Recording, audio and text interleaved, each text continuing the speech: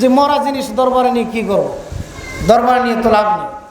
ফালাই দেওয়ার পরে এবার বাঁশের বোন দরবার শরীফে জমা দিয়ে হুজুর পাকের সামনে গেছে, বাবা আমরা বাঁশের বোন নিয়ে আসছেন বাবা? জি বাবা।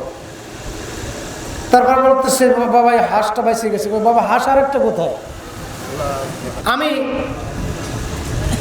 হুজরা শরীফের খাদেম নুমানি দাদার থেকে শুনেছি যে উত্তরবঙ্গ থেকে যেই বাঁশের চালিগুলো যায়, হুজুর পাকের একটা হুকুম যে এই বাঁশের চালিতে যে চাউল, হাঁস, মুরগি, ছাগল যা কিছু দেওয়া হয় এগুলো তারা খেয়ে ফেলবে।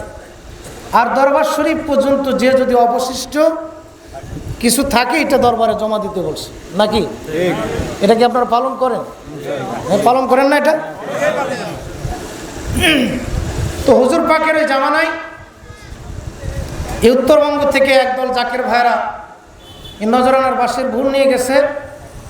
তো পেঁয়াজখালী ঘাট পর্যন্ত যাইতে যাইতে দরবারে ঢুকতে ঢুকতে তাদের 2টা হাঁস বেঁচে গিয়েছিল।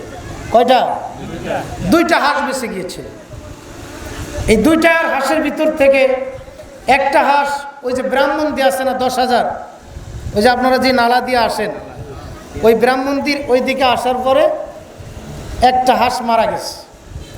মারা গেলে তখন জাকের ভাইরা দেখতেছে আমার পীর কেবলা জান যে কেমন অলি সেটা বোঝানোর জন্য আপনাদেরকে ঘটনাটা বলতেছে। তো একটা হাঁস মারা যাওয়ার পরে ওই হাঁসটাকে জাকের ভাইরা ফালাই দিচ্ছে যে মরা জিনিস দরবারে নিয়ে কি করব, দরবারে নিয়ে তো লাভ নেই। ফালাই দেওয়ার পরে এবার বাঁশের বোন দরবার শরীফে জমা দিয়ে হুজুর পাকের সামনে গেছে, বাবা আমরা বাঁশের বোন নিয়ে আসছেন বাবা? জি বাবা। তারপর বলতেছে বাবা এই হাঁসটা বাইসে গেছে। বাবা হাঁস আর একটা কোথায়? সুবহানাল্লাহ কইতে মন চায়।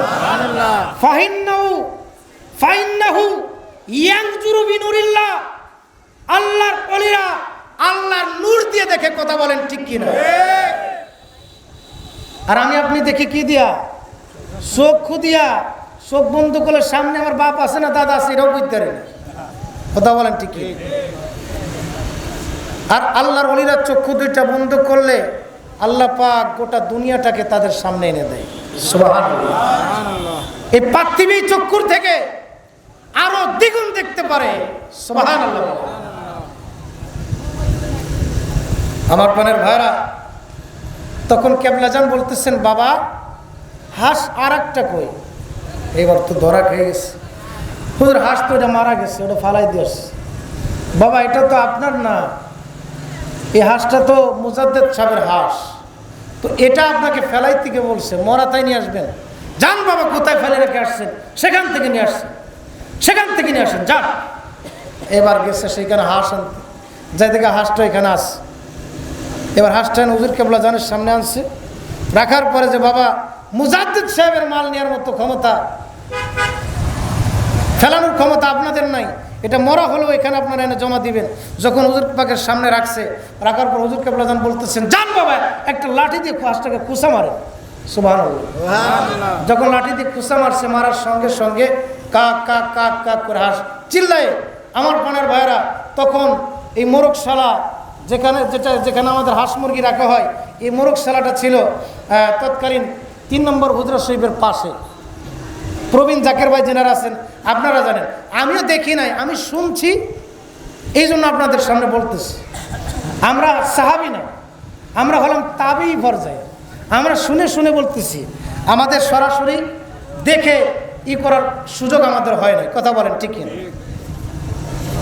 তখন ওই হাঁসটা দৌড় দিয়ে মোরগশালার দিকে দৌড় দিয়ে দিল। তাকে দেখাই দিচ্ছে কিনা যে মোরগশালা এদিকে যাও, কথা বলেন। শক্তি আট্টুসির পীরকে আল্লাহ পাক দিছে, আপনি দেন নাই। এটা তেনার জীবনের অনেক বড় কামাই।